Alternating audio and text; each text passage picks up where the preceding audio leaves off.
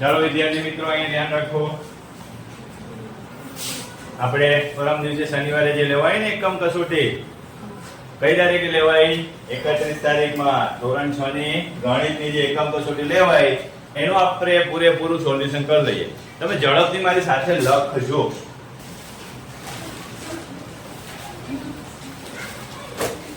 પ્રશ્ન નંબર 1 શું કહે છે? પ્રશ્ન નંબર 1 તો પ્રશ્ન નંબર 1 એવું કહે છે કે યોગ્ય વિકલ્પ પસંદ કરીને જવાબ આપો. ચાલો તો જવાબ આપી દઈએ કે ભાઈ 101, 2000, 584, 210, 9423 માંથી એ સૌથી નાની સંખ્યા કઈ છે? તો સૌથી નાની 101 છે. એટલે પહેલો જવાબ કયો આવશે? એ 101. બીજો પ્રશ્ન 9, 7, 1, 4 અંકો વડે બનતી 4 અંકની મોટામાં મોટી સંખ્યા. કઈ સંખ્યા કીધી તમને? મોટામાં મોટી સંખ્યા નીચેના પૈકી કઈ છે? જો મોટા મોટી કે એટલે આપણે ઉતરતા ક્રમમાં ગોઠવી દેવાના. પહેલા સૌથી મોટો, એનાથી નાનો, એનાથી નાનો અને એનાથી નાનો. આપણે ઉતરતા ક્રમમાં ગોઠવો એટલે આપણને સૌથી મોટી સંખ્યા મળી જાય 9741. ત્રીજો પ્રશ્ન 3, 6, 4, 0 અંકો વડે બનતી 4 અંકની નાનામાં નાની સંખ્યા. તો નાનામાં નાની કે તો શું કરવાનું? એ જે અંકો આપ્યા છે એ અંકોને આપણે ચડતા ક્રમમાં ગોઠવવાના. ખાસ ધ્યાન રાખવાનું 0 છે એ બીજા નંબર ઉપર મૂકવાનો, 0 આગળ મૂકવાનો નહીં. 0 ની આગળ શું મૂકવાનું? તો કે એનાથી જે મોટો હોય એ અંક મૂકવાનો. તો ચડતા ક્રમમાં મૂકીએ એટલે આ જવાબ આવશે 3046. કયો જવાબ આવશે? ડી. ચોથો પ્રશ્ન 5 અંકની સૌથી મોટામાં મોટી સંખ્યા. તો બધાને આવડે 5 એ 5 નવડા. કયા થશે? 5 એ 5 નવડા. આગળ જોઈએ આપણે. કયો પ્રશ્ન આયા? પાંચમો પ્રશ્ન. કયો પ્રશ્ન? પાંચમો પ્રશ્ન. ચલો 4 અંકની સૌથી નાનામાં નાની સંખ્યા. 4 અંકની સૌથી નાનામાં નાની સંખ્યા. તો 1 અને 3 મીંડા. છઠ્ઠો 4 અંકની સૌથી મોટી સંખ્યામાં 1 ઉમેરતા. સૌથી મોટી સંખ્યા કઈ આવે? 4 અંકની ભાઈ. તો કે 4 નવડા. શું આવે? 4 નવડા. 1 ઉમેરો એટલે 5 અંકની સૌથી નાની સંખ્યા થાય. શું થઈ જાય? 5 અંકની સૌથી નાની સંખ્યા થઈ જાય.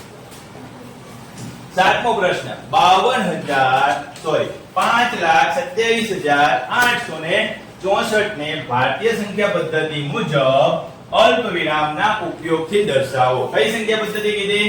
ભારતીય સંખ્યા પદ્ધતિ. યાદ કરો, પહેલો 3 અંક, પછી 5 અંક અને પછી 7 અંક. એ રીતે આપણે અલ્પ વિરામ મૂકતા હતા. તો પહેલા 3 અંક પછી અને પછી 5 અંક પછી. તો 5,27,852 ક્યાં લખેલું છે? ક્યાં લખેલું છે? આ રહ્યું એ ઉપર. ક્યાં લખેલું છે? એ ઉપર. આઠમો પ્રશ્ન 1 મિલિયન બરાબર 10 લાખ. કેટલા થાય? 1 મિલિયન બરાબર 10 લાખ. હવે નવમો પ્રશ્ન જો એકમ દશક 100 હજાર 10,000 અને લાખ.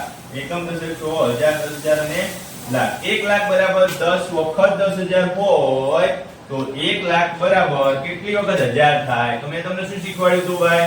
તો કે 1 લાખ લખો અને નીચે 1000 ની વાત કરી છે તો આપણે 1000 લખી નાખીએ. એ બધા મીંડા કાપી નાખો એટલે કેટલો જવાબ આવશે?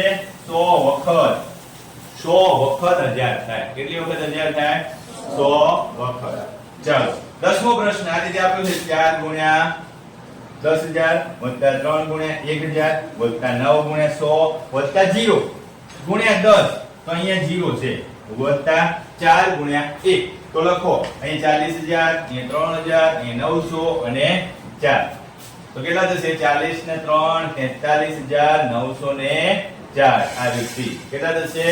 43,904. કયો જવાબ આવશે? સી. ચાલો આગળ જોઈએ આપણે.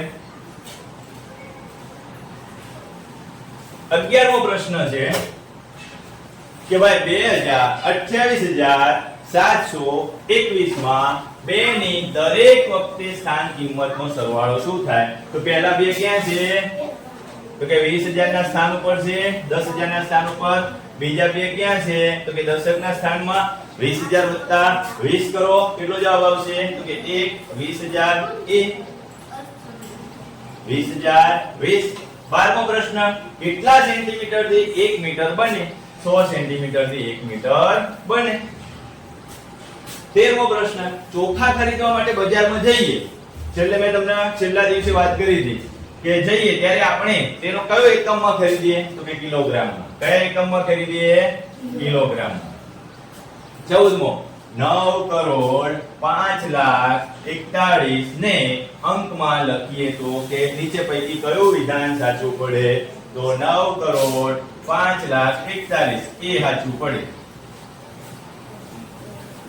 15મો 58,423,000 58,423,000 202 ને કેવી રીતે લખાય તમે લખેલું જ હશે જો 58,423,202 લખેલું જ છે કયો જવાબ આવશે ઠીક ચાલો આગળ જોઈએ હવે આવે પ્રશ્ન નંબર 2 ચલો પ્રશ્ન નંબર 2 માં યોગ્ય વિકલ્પ પસંદ કરીને જવાબ આપવાનો છે પહેલો વિકલ્પ છે કે કઈ પ્રાકૃતિક સંખ્યા પહેલા કોઈ પણ પ્રાકૃતિક સંખ્યા આવતી નથી પ્રાકૃતિક સંખ્યાની શરૂઆત ક્યાંથી થાય 1 થી તો 1 ની પહેલા એકય પ્રાકૃતિક સંખ્યા ન આવે એનો જવાબ શું થશે 1 પ્રાકૃતિક સંખ્યામાં શૂન્યને સમાવતા કઈ સંખ્યાઓનો સમૂહ મળે શૂન્યને સમાવો તો કઈ સંખ્યા મળી જાય ભાઈ તો કે પૂર્ણ સંખ્યા બધી પ્રાકૃતિક સંખ્યાઓ આપી હોય 1 2 3 એમ અનંત સુધી આગળ 0 મૂકી દો એટલે કઈ સંખ્યાનો ગણ થઈ જાય પૂર્ણ સંખ્યાનો ગણ થઈ જાય એનો જવાબ કયો આવશે સી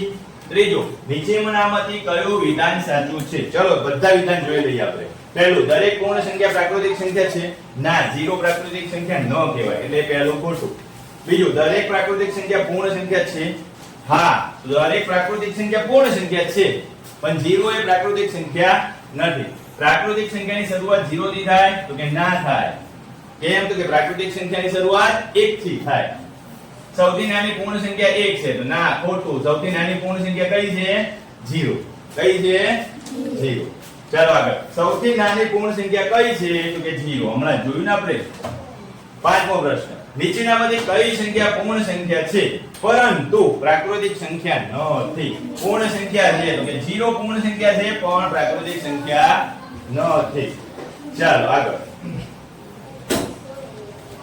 છઠ્ઠો પ્રશ્ન અવાજ થાય છઠ્ઠો પ્રશ્ન સંખ્યા રેખા પર જમણી બાજુની સંખ્યાઓ ડાબી બાજુની સંખ્યાઓ કરતા કેવી હોય તો કે મોટી જમણી બાજુની સંખ્યાઓ ડાબી બાજુની સંખ્યાઓ કરતા કેવી હોય મોટી હોય હંમેશા બે સંખ્યા રેખા આપણે ચલાવ્યું ત્યારે મેં કીધું હતું તમને કે સંખ્યા રેખા ઉપર જમણી બાજુ આપણે ખસતા જાય એમ બધી સંખ્યાઓ કેવી થતી જાય મોટી મોટી થતી જાય સૌથી નાની પ્રાકૃતિક સંખ્યા કઈ છે તો કે 1 આ તો સૌથી ઈઝી પ્રશ્ન થઈ ગયો 10000 ની તરત પહેલા 10000 ની તરત પહેલાની સંખ્યા કઈ થાય તો કે 10000 છે એક ઓછું કરી દો કેટલા થઈ છે 4 9 9999 10000 ની તરત પહેલા નવમો 8999 ની તરત પછીની સંખ્યા તો તમને ખબર છે મેં તમને શીખવાડ્યું 8999 માં કેટલા ઉમેરવાના એક ઉમેરી દો